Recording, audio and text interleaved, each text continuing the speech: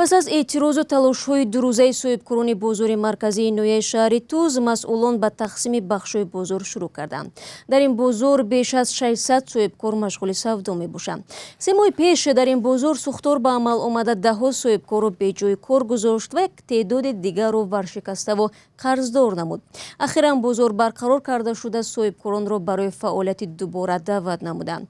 این موضوع را همکارم میرزانبی خالقزاد پیگیری دارد و حالا با ما در استودیو است و آماده صحبت.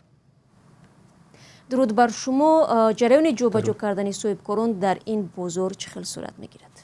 بله شالا، اینکه بازار دوباره فعال شده صاحبکاران را خیلی خوشنود کرده است، اما شماری اکثر فروشنده ها که زنان می باشند نقطه های فروش پیشینی خود را پیدا نکردند.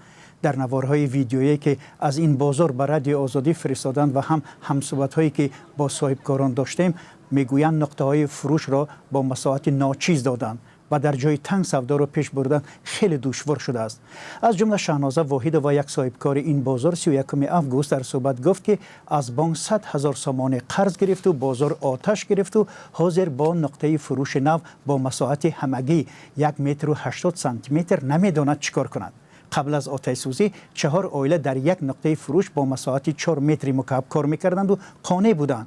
اما مسئولان بازار شهر توز میگویند بعد تعمیر بازار شماره صاحبکاران بیشتر شد. آنها میگویند بنابر بیماری کرونا ویروس مردم نتوانست به روسیه به مردکاری برود و همه خود را به بازار زدند.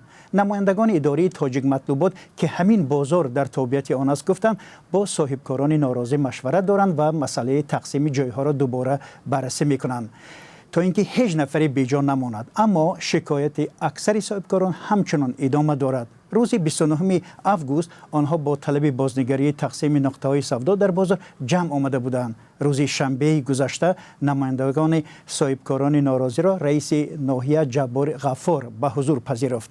به شکایتشان گوش داده است و جبار غفار گفته است نقطه‌های فروش پیشینی صاحبکاران را دهند، ولی تا این لحظه هیچ کار نشده است. خب اگر در بازار آتش سوزی رخ نمیداد، معلوم است که مسئله نقطه های فروش هم رو نمیزد و ده‌ها صاحبکار ناراضی نمیگذاشت. تقریبا در 5 سال اخیر ده‌ها بازارها آتش گرفتند و سببش رو فقط یک چیز گفتند: رسیدگی ناقل ها. آیا به این پهلوی مسئله صاحبکاران اشاره کردند وقتی با شما صحبت کردند؟ ببینید، روز یعنی که 28 می همین سال سوختار در همین بازار شهر توز رخ داده بود. سببش را رسیدگی ناقل ها شرح داده بودند.